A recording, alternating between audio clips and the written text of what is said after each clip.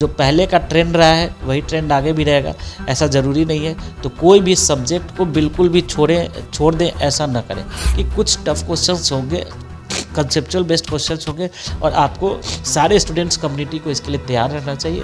Previous studies है उससे काम नहीं चलेगा, आपको नए अप्रोच के साथ, नए जो डायमेंशंस हैं उन नए डायमेंशंस के साथ आपको ऐड ऑन करना होगा। और जिन लोगों का फर्स्ट टाइम है इस बार, जो लोग इस बार पहली बार एग्ज़ाम देंगे, उन लोगों से मैं बोलना चाहूँगा कि आप लोग टोटली एकदम एडवांस बोर्ड पे आ जाए। और करेंट अफेयर्स में लोग क्या करते हैं कि लास्ट में स्टडी करते हैं, तो वो चीज़ अब नहीं चलेगा। आप करेंट अफेयर्स को डेली बेसिस पे स्टडी करते जाएँ, टोटली फोकस्ड रहे मेंस के ऊपर। और पीटी मेंस के बाद जो 1 महीने का 25 दिन का जो टाइम मिलेगा उसमें आप पीटी कर सकते हैं, क्योंकि आपने अभी पढ़ा हुआ है, आपका बेसिक्स पूरा क्लियर है।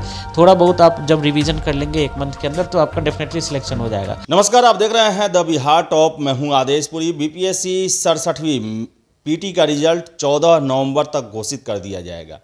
बहुत सारे छात्र ऐसे हैं जो कि अभी तक उनको कॉन्फिडेंस नहीं आ रहा है कि मेरा रिजल्ट होगा या नहीं होगा।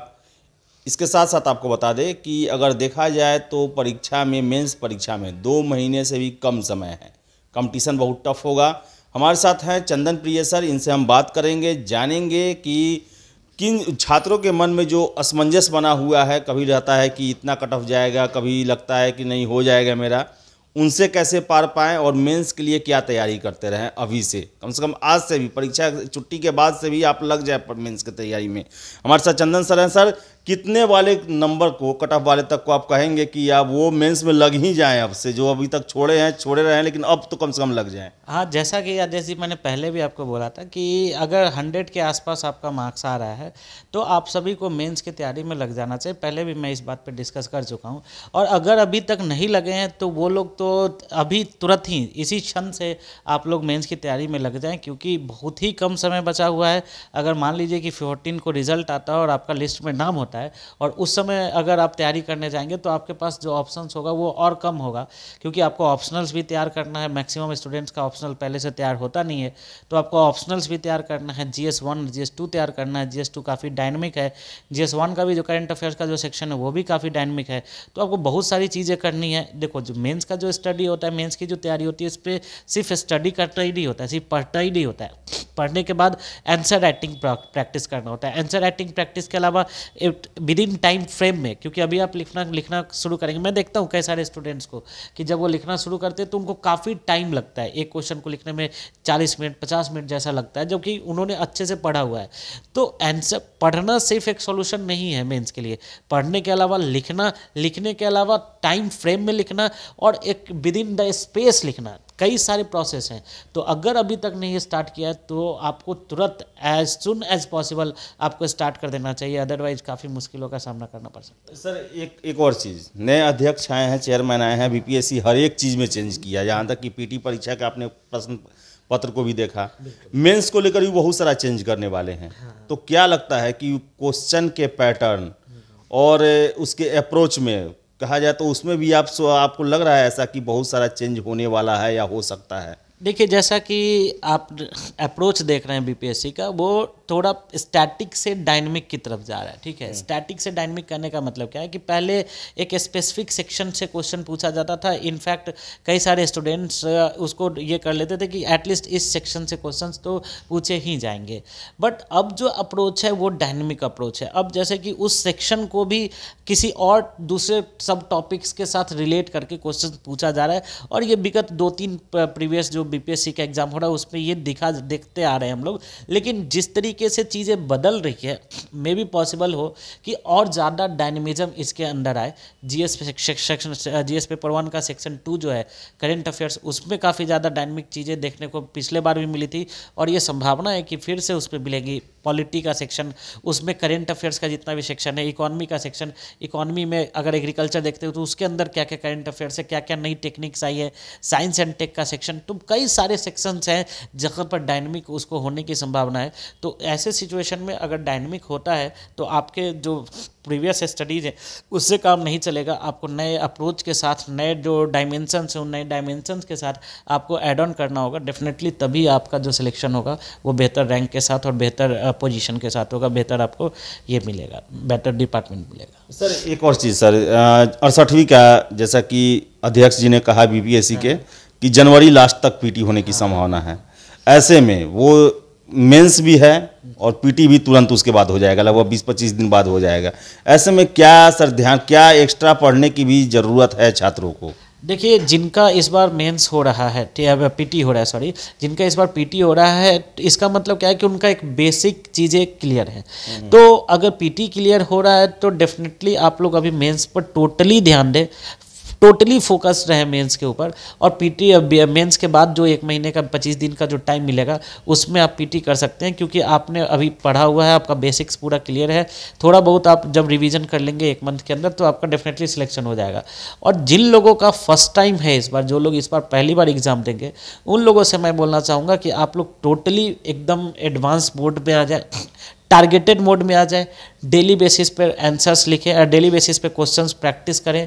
जितना ज़्यादा प्रीवियस ईयर क्वेश्चंस को लगाएं, जितना ज़्यादा क्वेश्चंस को आप लगाएंगे आपके गलत होने की जो पॉसिबिलिटी होगी उतनी कम होगी। तो आप एकदम टारगेटेड मोड में आ जाएं। अब बहुत ज़्यादा ये नहीं कि स्टडीज़ से ज़्यादा अब आपको प्रैक्टिस पे ध्यान देना होगा। आप टेस्ट सीरीज़ लगाएं, प्रीवियस ईयर का टेस्ट, प्रीवियस ईयर का जो क्वेश्चन सेट है उसको सॉल्व करें। जितना ज़्यादा एकदम आप समझ लीजिए कि आपके पास टाइम नहीं है, जो भी आपके पास टाइम है उस टाइम को टोटली डेडिकेट कीजिए स्टडीज़ में, तभी आप बहुत अच्छा कर पाएंगे। और क्योंकि प्रीलिम्स जो है वो प्रथम पड़ाव होता है, प्रीलिम्स अगर आप पास करेंगे तभी आप मेंस लिख पाएंगे।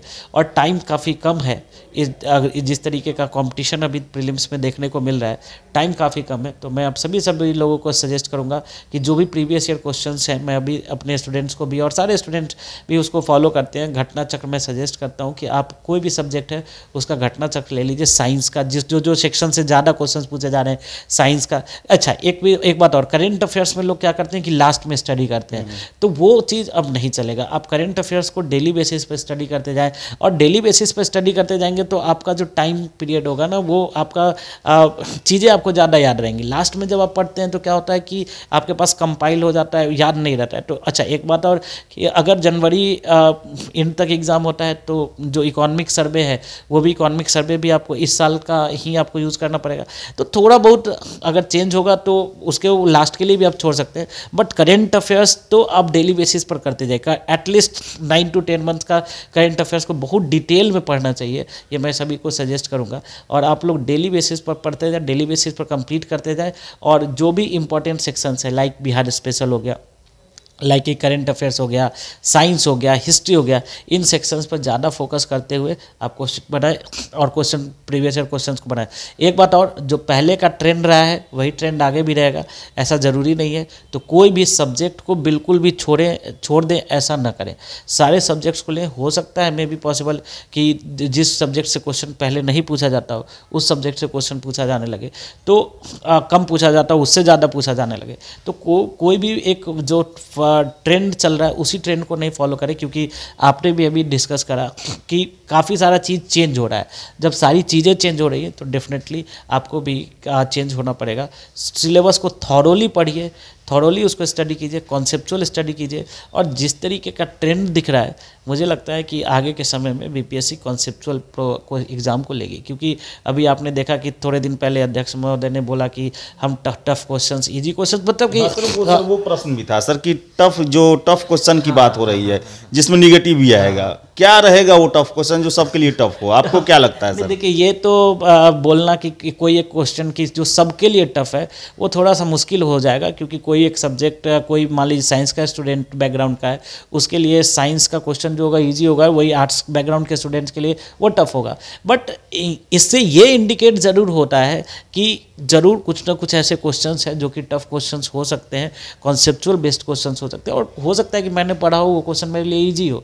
ज्योग्राफी का क्वेश्चन अगर लास्ट ईयर देखिएगा तो एक इस बार जो अभी रिसेंट एग्जाम हुआ है तो उसमें पूछा था अपरदन चक्र के बारे में किसने दिया था? जो ज्योग्राफी ऑप्शनल का स्टूडेंट है उसको पढ़ना ही, उसको तो याद ही रहता है डेविस और पैंग का थ्योरी वो, लेकिन वही दूसरे स्टूडेंट्स के लिए वो पता ही नहीं था कि वो क्या है। ठीक है, तो कौन सा चीज़ टफ है कौन सा चीज़ ईजी है इसको डिफाइन करना तो काफ़ी टफ हो जाता है। बट हाँ, जिस तरीके का इनका ये लग रहा है, जिस तरीके का इनकी मनोवृत्ति दिख रही है, उसके अकॉर्डिंग हम लोग ये डेफिनेटली बोल सकते हैं कि कुछ टफ क्वेश्चंस होंगे, कंसेप्चुअल बेस्ड क्वेश्चंस होंगे, और आपको सारे स्टूडेंट्स कम्युनिटी को इसके लिए तैयार रहना चाहिए और अच्छे तरीके से पढ़े, थॉरोली पढ़े, और जो ट्रेंड रहा है उस ट्रेंड को फॉलो करते हुए, जो चीज़ें छोड़ते थे उस चीज़ों को नहीं छोड़ते हुए अगले 2-3 महीने पूरे तन्मयता के साथ पढ़े, डेफिनेटली अगला रिजल्ट आपका होगा। तो चंदन सर थे और इनका सीधे कहना है कि आप डीपली पढ़ाई करें, समय है, और मेंस जो है 29 दिसंबर से हैं, जो भी 100 के आसपास पीटी में बनाए हैं वो मेंस में लग जाएं। ऐसा नहीं कि आपका रिजल्ट हो जाए और आपके पास समय ही ना रहे, तो समय रहते आप तैयारी में लग जाएं और आपके रिजल्ट जो है वो 14 नवंबर तक घोषित कर दिए जाएंगे। 29 दिसंबर से मेंस शुरू हो जाएगा।